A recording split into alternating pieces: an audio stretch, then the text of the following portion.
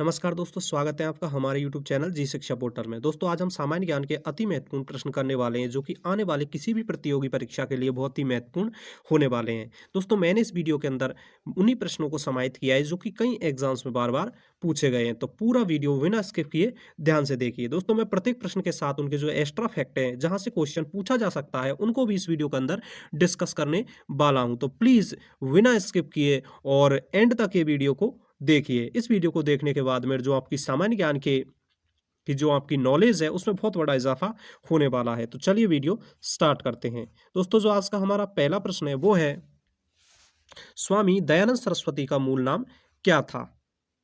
तो इसका जो राइट आंसर होगा दोस्तों, वो होगा मूल शंकर। दोस्तों, जो स्वामी दयानंद सरस्वती थे, उनका मूल नाम मूल शंकर था। वहीं अगर दोस्तों हम स्वामी दयानंद सरस्वती की बात करें, तो इनके द्वारा और सन 1875 के अंदर और जो आर्य समाज है, उसकी स्थापना की गई थी। तो चलिए बढ़ते हैं अगले प्रश्न की ओर। दोस्तों, जो आज का हमारा अगला प्रश्न है वो है, वेदों की ओर लौटो का नारा किसने दिया?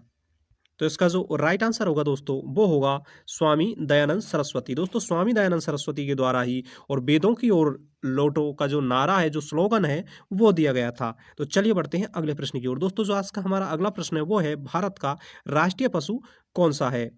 तो इसका जो राइट आंसर होगा दोस्तों, वो होगा बाघ। दोस्तों, जो बाघ होता है वो भारत का राष्ट्रीय पशु है। तो चलिए बढ़ते हैं अगले प्रश्न की ओर। दोस्तों, आज का हमारा अगला प्रश्न है वो है, सीवी रमन को किस वर्ष नोबेल पुरस्कार दिया गया? तो इसका जो राइट आंसर होगा दोस्तों, वो होगा सन 1930 को। दोस्तों, सन 1930 को और सीवी रमन द्वारा रमन इफेक्ट की खोज की गई थी, तो इसी के लिए उन्हें नोबेल पुरस्कार दिया गया था। अगर दोस्तों हम सीवी रमन की बात करें, तो इन्हीं के जो जो जन्म दिवस होता है 28 फरवरी, इसे हम विज्ञान दिवस के रूप में मनाते हैं। तो चलिए बढ़ते हैं अगले प्रश्न की ओर। दोस्तों, जो आज का हमारा अगला प्रश्न है वो है, दिल्ली स्थित लाल बहादुर शास्त्री की समाधि का नाम है? तो इसका जो राइट आंसर होगा दोस्तों, वो होगा विजय घाट। दोस्तों, जो दिल्ली में स्थित लाल बहादुर शास्त्री की जो समाधि है, उसे हम विजय घाट के नाम से जानते हैं। वहीं अगर दोस्तों हम लाल बहादुर शास्त्री की बात करें, तो ये भारत के पहले उप प्रधानमंत्री और भारत के दूसरे प्रधानमंत्री थे। अगर मृत्यु की बात करें, तो दोस्तों इनकी मृत्यु देश के बाहर, यानी कि सन 1966 के अंदर जो ताशगंज नामक जो स्थान है, वहां पर हुई थी। तो चलिए बढ़ते हैं अगले प्रश्न की ओर। दोस्तों, जो आज का हमारा अगला प्रश्न है वो है, महाभारत के रचयिता कौन है? तो इसका जो राइट आंसर होगा दोस्तों, वो होगा महर्षि वेदव्यास। दोस्तों, महर्षि वेदव्यास द्वारा और जो महाभारत, भारत का जो एक महाकाव्य है, जो महाग्रंथ है, उसकी रचना की गई थी। तो चलिए बढ़ते हैं अगले प्रश्न की ओर। दोस्तों, जो आज का हमारा अगला प्रश्न है वो है, अर्थशास्त्र नामक पुस्तक किसने लिखी?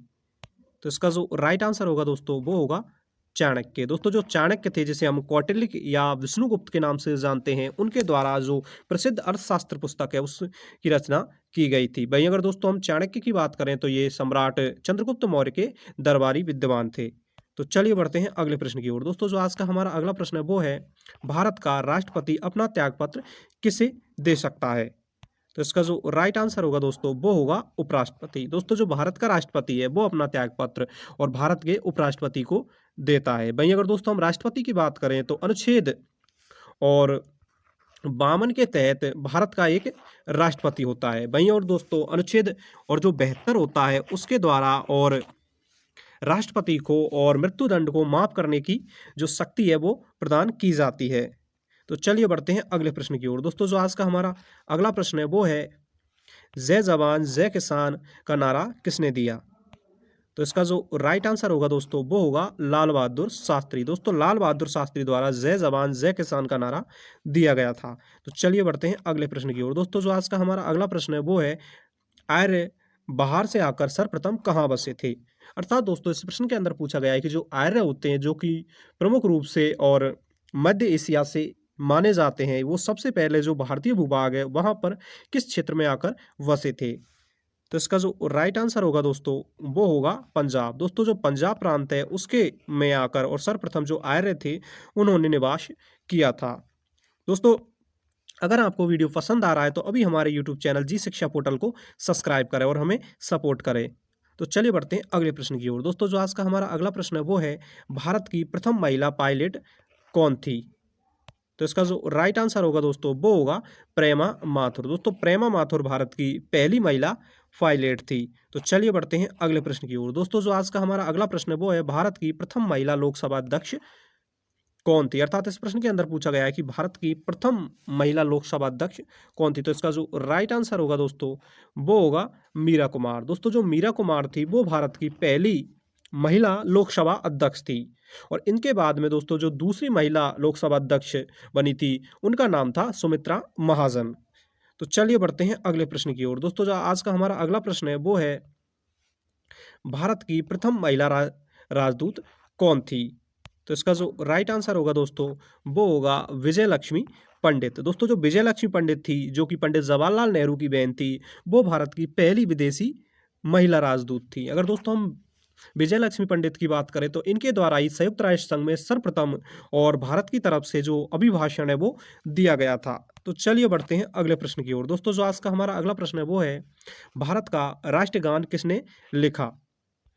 तो इसका जो राइट आंसर होगा दोस्तों वो होगा रविन्द्रनाथ टैगोर। दोस्तों रविन्द्रनाथ टैगोर द्वारा और जो भारत का राष्ट्रीय गान है वो लिखा गया था। और वहीं दोस्तों अगर सर्वप्रथम इसके गायन की बात करें तो सन और 1911 के अंदर जो कलकत्ता अधिवेशन हुआ था वहां पर सर्वप्रथम भारत का जो राष्ट्रीय गान है उसका गायन किया गया था। तो चलिए बढ़ते हैं अगले प्रश्न की ओर। दोस्तों जो आज का हमारा अगला प्रश्न है वो है, विश्व की सबसे ऊंची चोटी कौन सी है? तो इसका जो राइट आंसर होगा दोस्तों वो होगा माउंट एवरेस्ट। दोस्तों जो माउंट एवरेस्ट है वो विश्व की सबसे ऊंची चोटी है। अगर दोस्तों हम इसकी ऊंचाई की बात करें तो इसकी जो ऊंचाई है वो है 8,848 मीटर। और वर्तमान में यह नेपाल और जो देश है उसके अंदर स्थित है। वहीं अगर दोस्तों इस पर सबसे पहले अगर चढ़ाई की बात करें तो सन 1953 के अंदर और जो एडवर्ड हिलेरी थे उनके द्वारा सर्वप्रथम इस पर फतेह प्राप्त की गई थी। तो चलते बढ़ते हैं अगले प्रश्न की ओर। दोस्तों जो आज का हमारा अगला प्रश्न है वो है, चंद्रमा पर पहुंचने वाला सबसे पहला मनुष्य कौन था? तो इसका जो राइट आंसर होगा दोस्तों वो होगा नील आर्मस्ट्रांग। दोस्तों जो नील आर्मस्ट्रांग थे और उनके साथी जो एडवर्ड एल्ड्रिन थे वो सर्वप्रथम चंद्रमा की सतह पर कदम उनके द्वारा रखा गया था। वहीं अगर दोस्तों इनकी बात करें तो इनको सन 1969 में और जो अमेरिका का अपोलो 11 नामक जो अंतरिक्ष यान था उसके द्वारा चंद्रमा की सतह पर भेजा गया था। तो चलिए बढ़ते हैं अगले प्रश्न की ओर। दोस्तों जो आज का हमारा अगला प्रश्न है वो है, चंद्रमा पर पहुंचने वाला पहला भारतीय कौन था? तो इसका जो राइट आंसर होगा दोस्तों वो होगा राकेश शर्मा।